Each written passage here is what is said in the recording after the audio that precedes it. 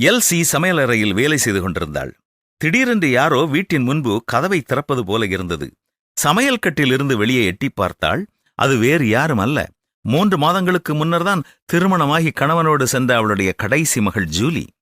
அதே பட்டணத்தில் ஜூலி மற்றும் ஒரு பகுதியில் வசிக்கிறாள் என்பதை நினைவில் வைத்துக் கொள்ளவே பல வேளைகளிலே எல்சி மறந்து போய்விடுவாள்.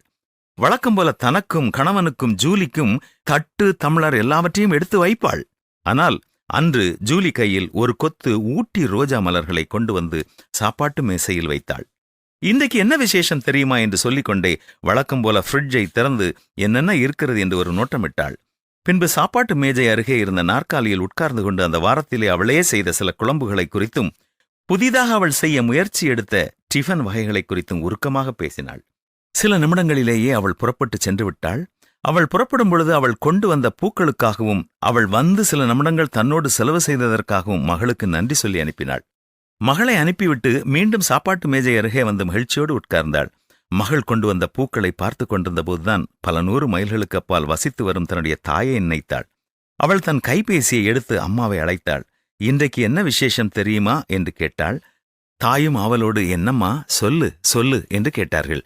தன்னுடைய மகளைப் போல தாயிடம் கூறுவதற்காக பல புதிய காரியங்கள் இல்லாவிட்டாலும் தான் சமைத்த காரியங்களை குறித்தும் திடீரென்று வீட்டிற்கு வந்த மகளை குறித்தும் உற்சாகமாக தாயினிடத்தில் கூறினாள்.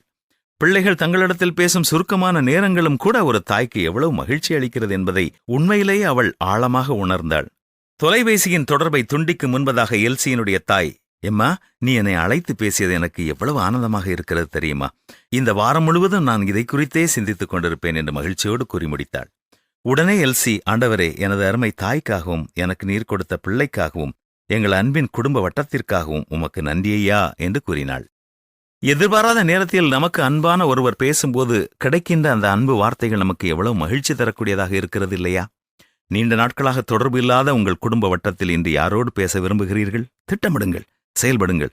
அது அவர்கள் வாழ்க்கையிலே இந்த வாரம் முழுவதும் மகிழ்ச்சியோடு வாழச் செய்யும் ஒரு நிகழ்வாக இருக்கலாம். இப்பொழுது விசுவாசம், நம்பிக்கை, அன்பு, இந்த 3ம் நிலைத்திருக்கிறது. இவைகளில் அன்பே பெரியது. அன்பு செலுத்துவோமா?